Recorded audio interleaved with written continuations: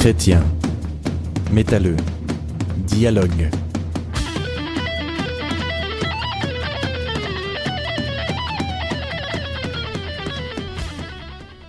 Nouveau programme sur la grille d'hiver dont nous avions parlé lors du dernier programme des vocations en été.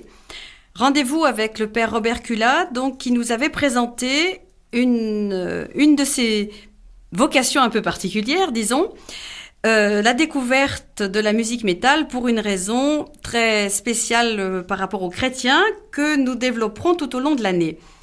Le titre que vous avez choisi, père Robert, bonjour d'abord. Bonjour. Eh bien, ce titre, donc, chrétien, métalleux, dialogue, pourquoi ce choix de titre ?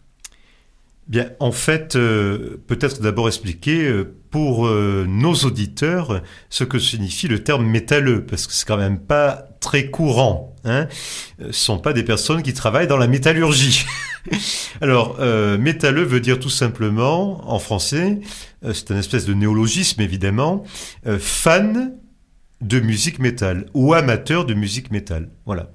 Et comme cette musique a une réputation dans le grand public, j'allais dire, assez sulfureuse, et même des fois, voire plutôt anti-chrétienne, d'où le titre chrétien et métalleux.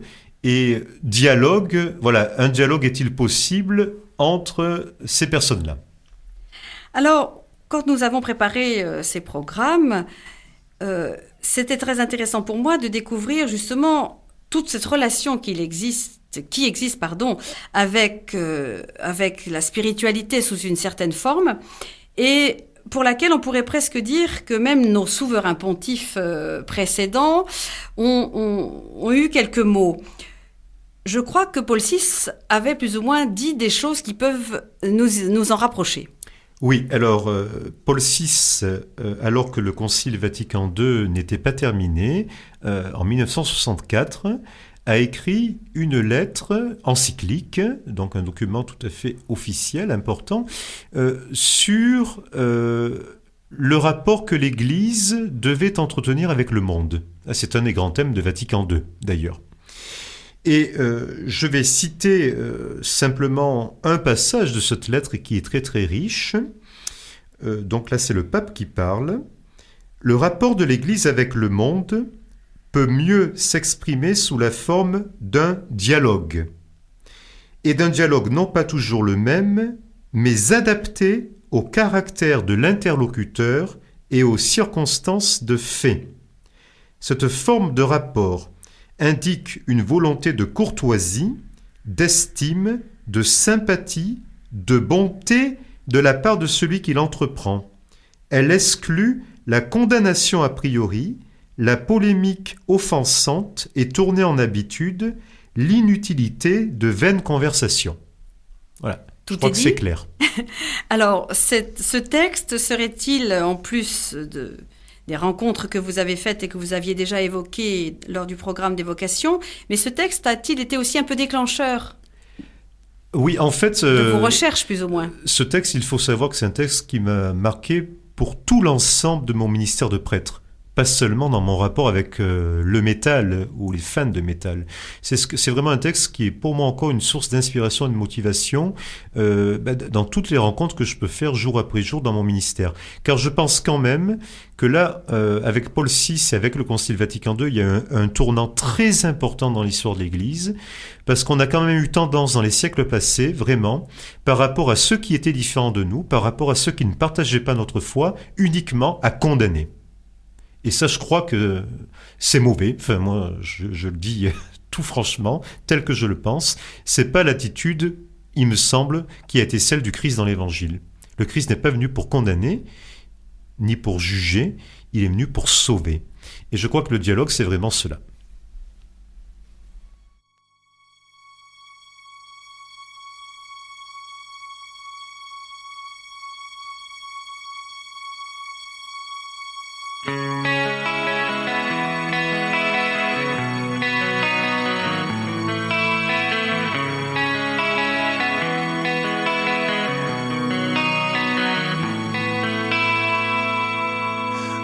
home again. I won the war, and now I am behind your door. tried so hard to obey the law and see the meaning of these all. Alors, cette musique dont vous allez quand même nous donner le titre, Oui, alors là, nous venons d'écouter un morceau d'un album d'un groupe finlandais qui s'appelle Sonata Arctica.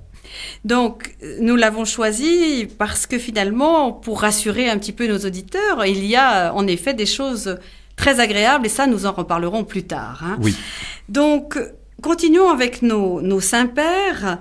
Ce dialogue, installer un dialogue, et Jean-Paul II l'a évoqué également. Oui, alors c'est très intéressant de voir que Jean-Paul II, par rapport au monde de la culture, et là je l'élargis, hein, le métal n'est qu'un aspect, petit même on pourrait dire, dans le monde beaucoup plus vaste de la culture.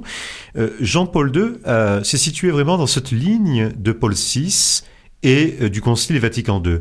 D'ailleurs, je rappelle quand même, pour ceux qui ne l'auraient oublié, que s'il a choisi le nom de Jean-Paul, c'est pour honorer les deux papes du Concile Vatican II, Jean XXIII et Paul VI. Donc vraiment, il voulait se situer dans cette continuité.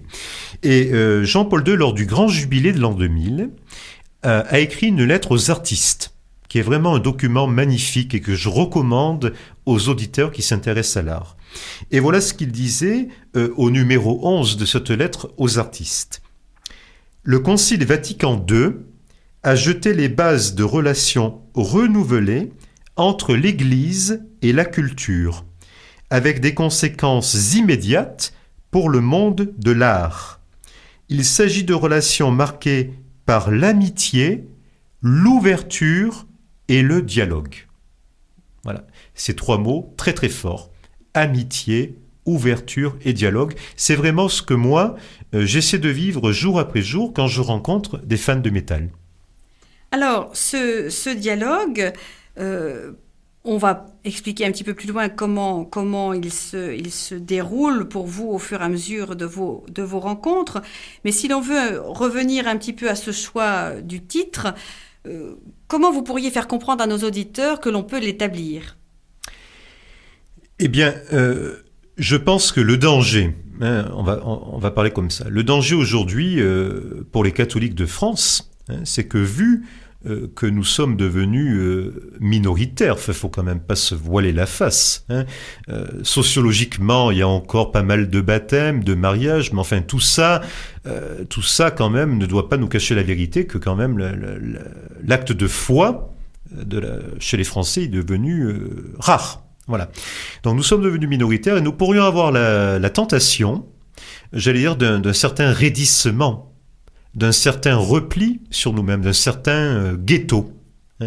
Et je crois que si nous avons peur de la différence, eh bien, nous ne sommes plus dans l'esprit de l'évangile, nous ne sommes plus dans l'esprit de l'évangélisation.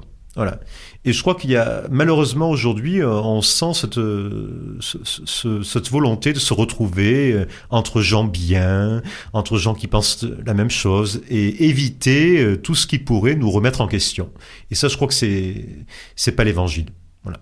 Donc finalement, inspiré de ce que nous avons entendu de Paul VI, plus Jean-Paul II, ce départ de la découverte du métal se comprend très bien dans la suite de votre vocation que vous aviez également évoquée dans le programme sur les vocations.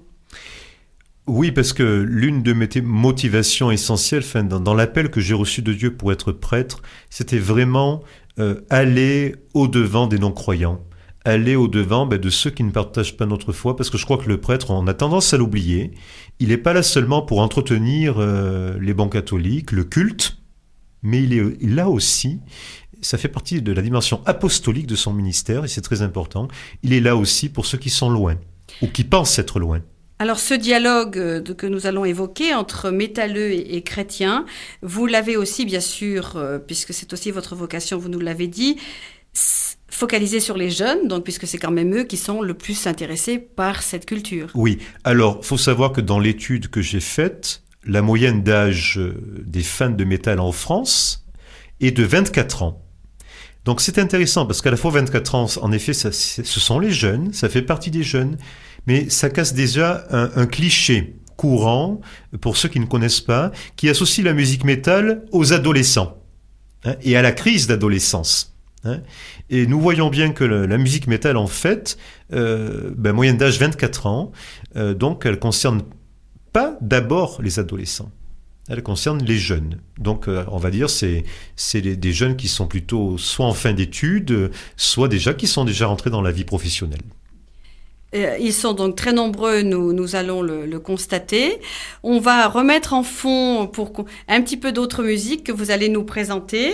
On va écouter une autre musique, vous allez nous dire ce que c'est.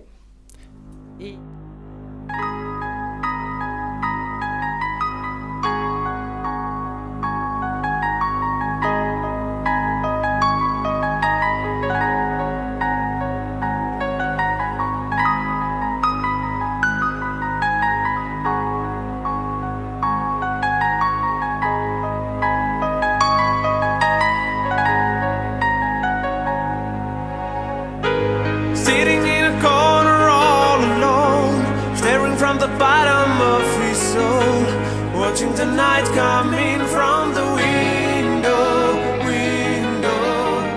It'll all collapse